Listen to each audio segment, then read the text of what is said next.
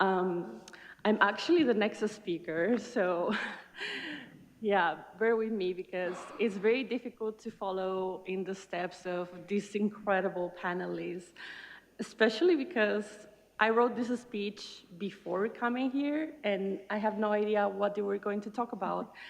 But as they were talking, I was just thinking like, oh, that is exactly something that I mentioned in my speech. That is exactly something that is included here. So I think it's the perfect ending to this opening session because it kind of encapsulates everything that they have mentioned, but just coming from a young person, which I think is also very, very important. So yeah, first of all, I want to thank everybody for taking the time of your work, taking the time of your personal lives and traveling from afar.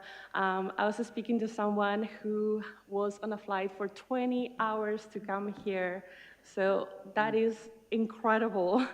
And we are in the Vatican City, the smallest country on earth. And this is a unique opportunity. This is not something that happens often. And I know that all of you, as well as I am, are very, very excited to be here and to have these present conversations about how we as young leaders can contribute to building a more just and more sustainable future. So today is very, very special, so take it all in, and also because after 6 years, we're finally back in person. So the last in-person symposium was in 2019, and even though we hadn't had the chance to meet in person in those 6 years, the spirit that goes after the Vatican Youth Symposium, it has remained as strong as ever. 6 years after, SES in Youth remains deeply committed to empowering and mobilizing young people worldwide to build a sustainable future. And on top of that, we also have the Jubilee.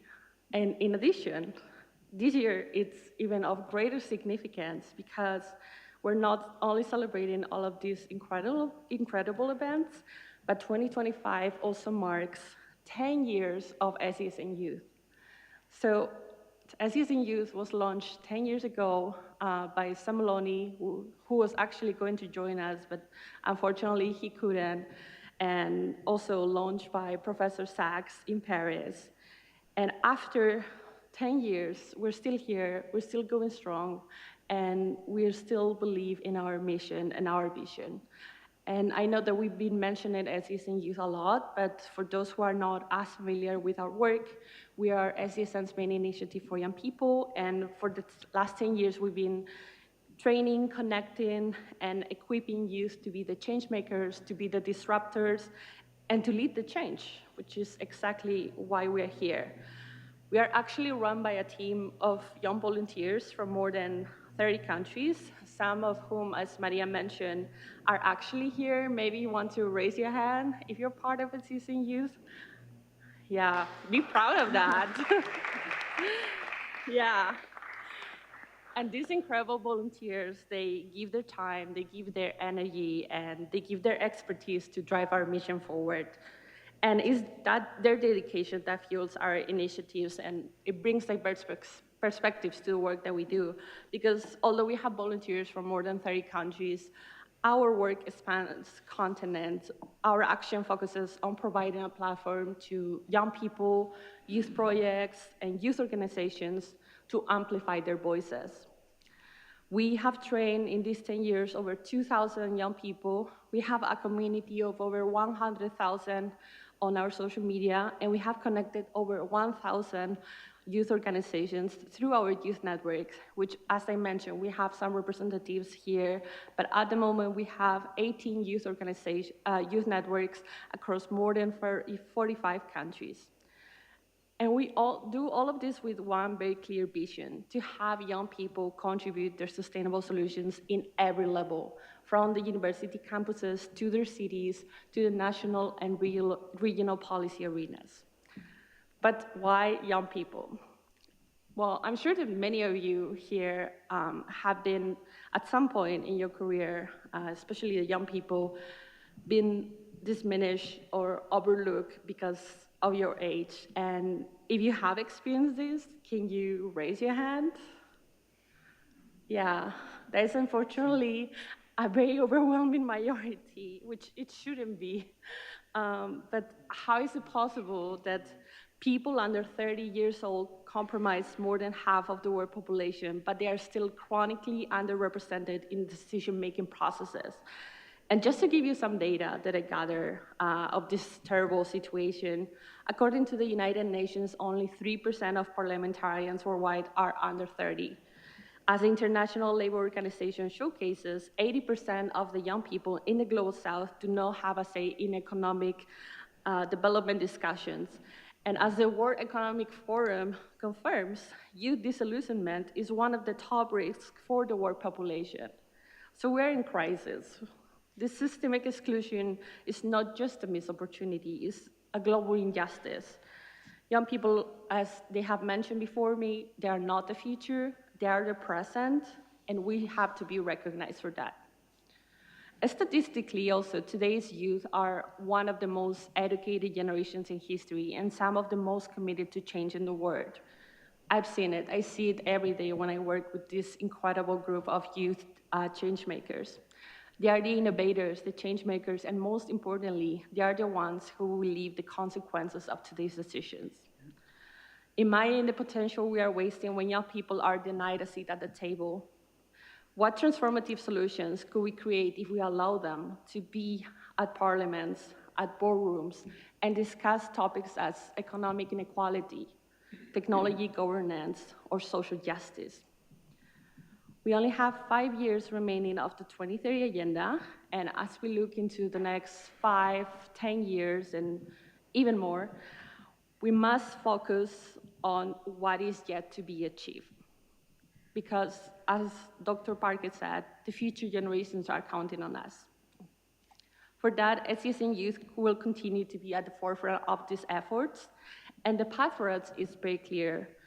As Maria said, we want to partner, we want to collaborate, and we want to scale our impact to equip young leaders with the skills, the knowledge, and the networks to turn their ideas into action.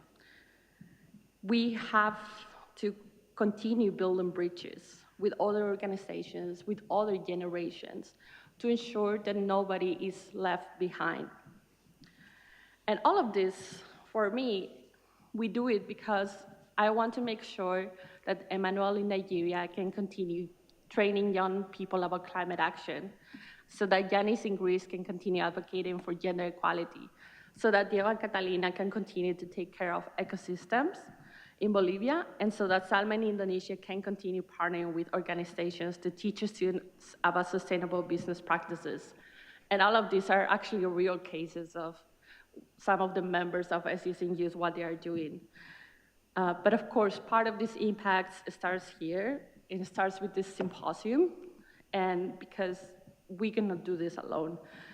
And for that, I want to challenge you to something. And you have to promise me that you are going to do this. But this room is filled with experts, with mobilizers, with change makers. So over the next 2 days, try to talk to as many people as possible.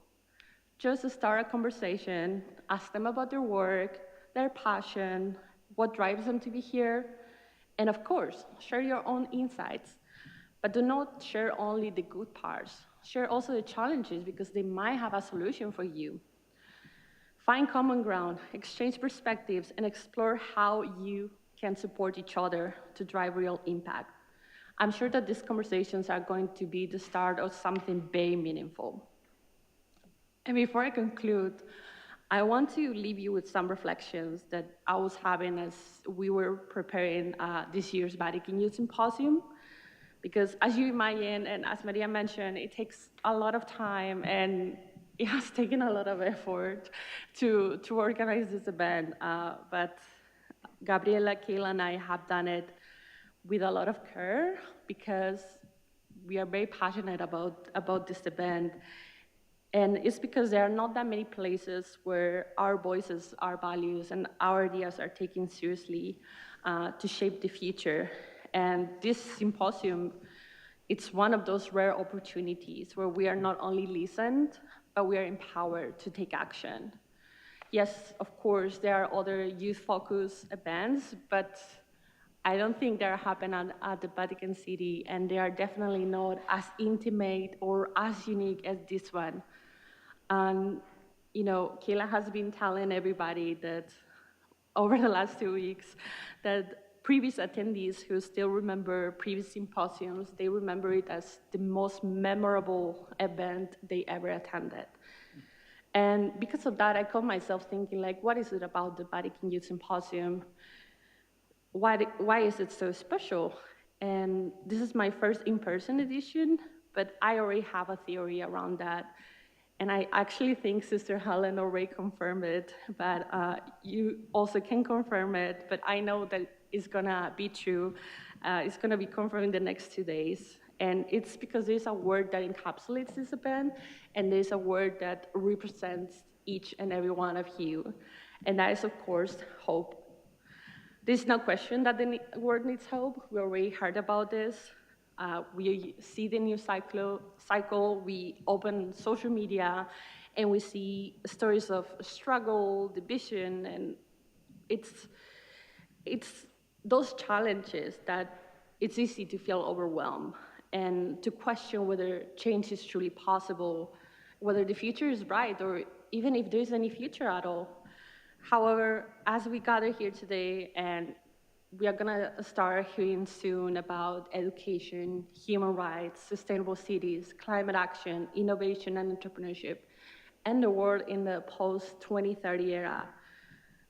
I know that as soon as we start to hear about these stories, I know that the future is bright.